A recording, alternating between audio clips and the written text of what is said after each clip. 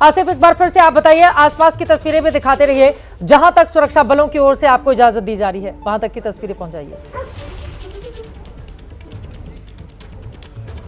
जी देखिए, इस समय हम पहलगाम के हॉस्पिटल के बाहर खड़े हैं, जहां पे बताया जा रहा है कि 8 जो है लोग जख्मी हैं जिनका उपचार चल रहा है। हालांकि आधिकारिक तौर पर मैं फिर बता रहा हूं कि कोई भी आंकड़ा हमें नहीं दिया जा रहा है। यहां पे आप अगर बाहर देखें तो केवल पुलिसकर्मी ही यहां पे मौजूद है।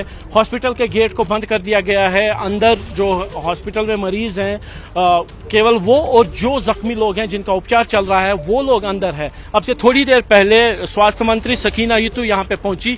वो अंदर इस समय अधिकारियों के साथ मौजूद है, उन जख्मियों का हाल पूछ रही हैं जो यहाँ पे जिनका उपचार चल रहा है। हम इंतजार कर रहे हैं कि स्वास्थ्य मंत्री बाहर आए और हमको कुछ जानकारी इस हमले के बारे में दे दे, क्योंकि अभी तक मैं फिर बता दूं कि आधिकारिक तौर पर हमें कुछ नहीं बताया जा रहा है इस हमले के बारे में। 3:30 बजे जो हमला हुआ था पहलगाम के बाइसरन इलाके में, ऊपरी बहक बड़ी बहक वाला इलाका है, वहां पे हुआ था। हमलावरों के बारे में जो वहां पे चश्मदीद है उनका ये कहना था कि 3 से 5 लोग वहां पे आए, उन्होंने लोगों से नाम पूछे, धर्म पूछा, उसके बाद जो है टारगेटिंग जो करके गोली मारी गई, या तो सर में या बॉडी के ऊपरी हिस्से में। और उसके बाद ही जैसे ही पुलिस और सुरक्षा बलों को यह जानकारी मिली, अगले आधे घंटे से 45 मिनट के बीच सुरक्षाकर्मी यहां पे पहुंचे, जख्मियों को नीचे लाया गया, जिसमें से ये आंकड़ा जो हमारे पास सूत्रों के हवाले से आ रहा है 27 से 28 लोगों के मारे जाने की खबर है। लेकिन मैं फिर बता रहा हूं कि आधिकारिक पुष्टि अभी तक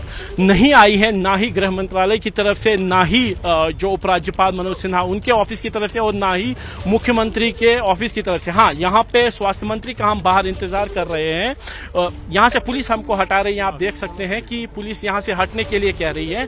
हॉस्पिटल के बाहर है, कोई एक्टिव सुरक्षा का इलाका नहीं है, इसीलिए पुलिसकर्मी यहाँ से कैमरामैन को खींच के हमको लेके जा रहे हैं। क्यों हटाया जा रहा है ये स्पष्ट नहीं है, लेकिन ना तो जानकारी दी जा रही है और ना ही रिपोर्ट करने की इजाजत दी जा रही है। हमको हॉस्पिटल से दूर हटने के लिए कहा जा रहा है। क्यों कहा जा रहा है इस बाबत भी कोई जानकारी। पुलिस वाले सिर्फ हमको यहाँ से हटा रहे हैं, कोई बात नहीं बोल रहे हैं। क्यों बोल रहे हैं कि ऑफिसर नहीं चाहते कि यहाँ से रिपोर्ट हो, इस तरह की जानकारी आ रही है। चित्रा, अब आप सोच सकती हैं कि क्या ग्राउंड सिचुएशन इस समय पहलगाम में है, जहां पे ये हमला हुआ था। और कैमरामैन को हाथ मत लगाइए, हम साइड में हैं और कितना साइड में जाए, कहां हम साइड में तो खड़े हैं, कितना साइड में जाए आप हमको बताइए, कितना साइड में। आप हमको हटा क्यों रहे हैं आप हमको?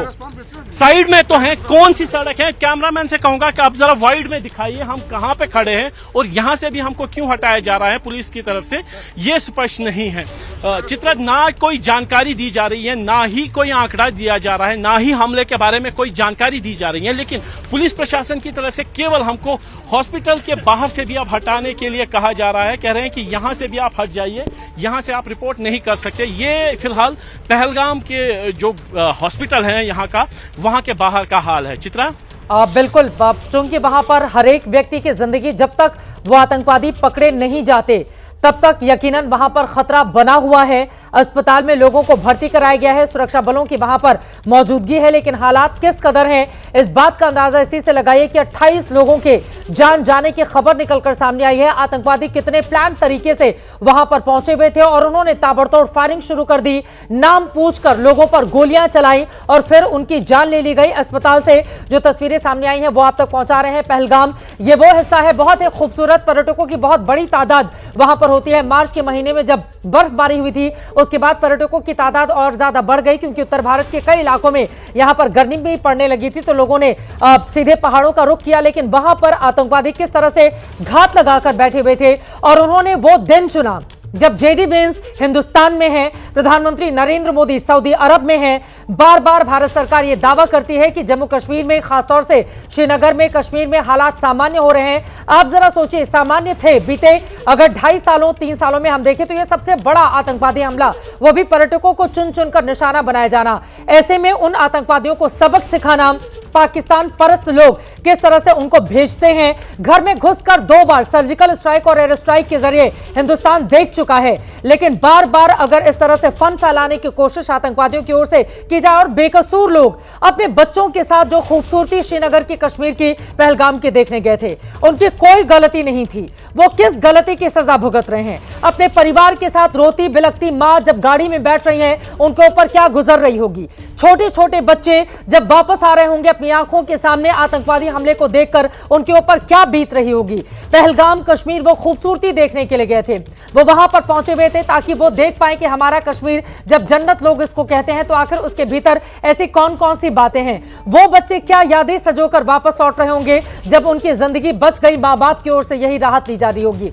एक महिला जिसकी तस्वीर अगर आप देखेंगे, जो अपने परिवार के एक व्यक्ति के साथ जमीन पर बैठी हुई है, एक छोटा सा बैग पास में पड़ा हुआ है। शादी में जो नई चूड़ियां पहनती हैं दुल्हने, वो चूड़ी अभी उसके हाथ में है, नई अंगूठी उसके हाथ में है, वो वहां पर रोते हुए दिखाई दे रही है। आतंकवादियों ने 28 लोगों की जान ले ली है, जो बड़ी खबर, बड़ी जानकारी निकलकर सामने आ रही है। एक बार फिर से आसिफ आपका रुख करते हुए, क्योंकि सुरक्षा बलों की ओर से वहां पर हटाने का काम हालांकि आपको रिपोर्टिंग करने दी जानी चाहिए, लेकिन वहां पर सुरक्षा के कुछ कंसर्न हो सकते हैं, लेकिन और जानकारी दें हमारे दर्शकों को, और क्या जानकारी मिल रही है?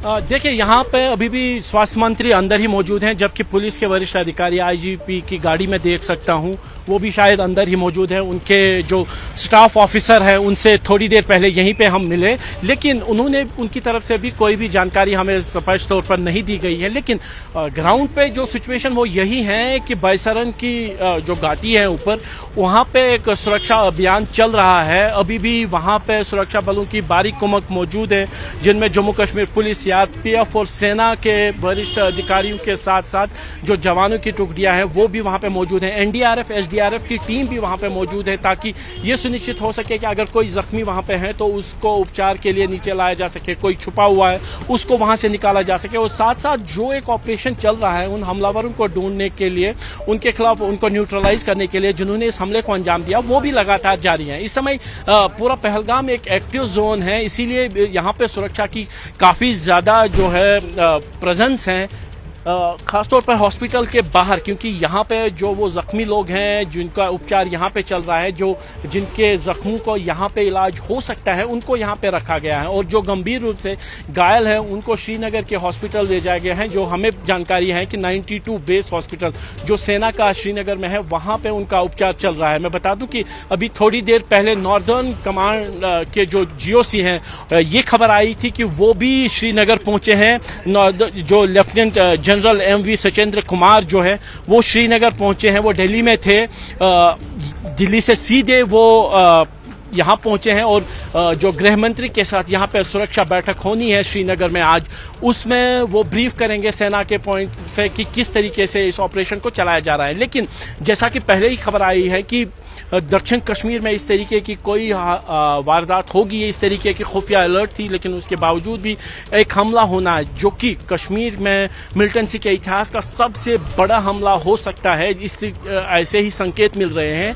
और मेरे भी 20 साल के करियर में, जर्नलिज्म के करियर में, मैंने ऐसी कोई घटना कश्मीर घाटी में होती हुई नहीं देखी है जहां पे लोगों को रोका गया हो, चुन चुन के उनको निकाला गया हो और टारगेट किलिंग करके उनको निशाना बनाया गया हो। जैसा अब से थोड़ी देर पहले मेगा बता रही थी कि जो आखिरी हमला अमरनाथ यात्रा पे हुआ था वो 2017 में हुआ था, लेकिन मैं बता दूं कि वो वाला हमला जो था एक बस पे हुआ था, जिसमें अमरनाथ यात्रियों को ले जा रही बस को निशाना बनाकर उस पर फायरिंग की गई थी और इस वजह से वो लोग हताहत हुए थे। लेकिन यहाँ पे जो निशाना बने हैं वो पर्यटक हैं जो कि बड़ी संख्या में कश्मीर घूमने के लिए आए थे और बैसरन घाटी में उस समय मौजूद थे जब इस हमले को अंजाम दिया गया।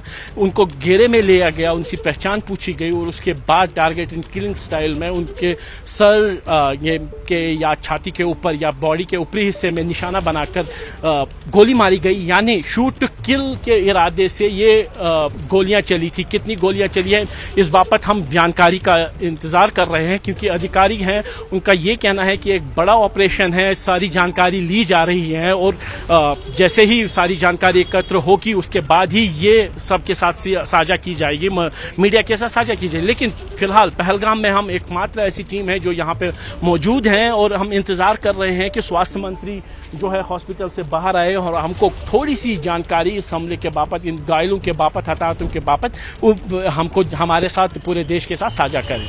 चित्रा, बिल्कुल इसी बात का इंतजार है, लेकिन आपको बताते चले फरवरी 2019 के बाद का कश्मीर का ये सबसे बड़ा हमला माना जा रहा है। पुलवामा में जब आतंकवादियों की ओर से अटैक किया गया था और 40 से ज्यादा हमारे जवानों की शहादत हुई थी, तब से लेकर अब तक, हालांकि उसके बाद कई ऐसी घटनाएं जरूर हुई, जैसे 18 मई 2024 को रात में 2 जगह आतंकवादी हमले हुए थे। अनंतनाग के पास पहलगाम में ही ओपन टूरिस्ट कैंप पर हमला किया गया था और इस तरह की और भी घटनाएं। अमरनाथ यात्रा के लिए ये जो पहलगाम रूट है ये काफी ज्यादा महत्वपूर्ण है, क्योंकि यहीं पर बेस कैंप बनाया जाता है और यहीं पर आतंकवादियों ने टारगेट किलिंग की है। नाम पूछकर आतंकवादियों ने हमले को अंजाम दिया है। इसी से आप समझ सकते हैं कि स्थिति क्या है।